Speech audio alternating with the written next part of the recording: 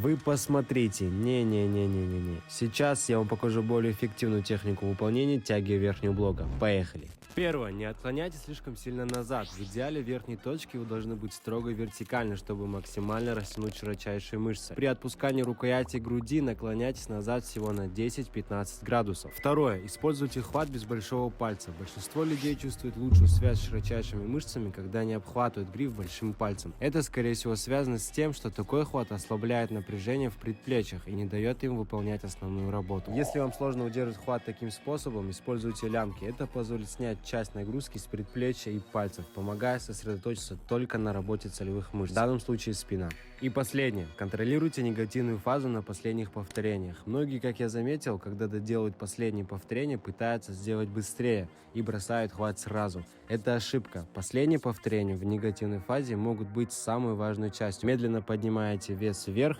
чувствуя, как растягиваются мышцы спины.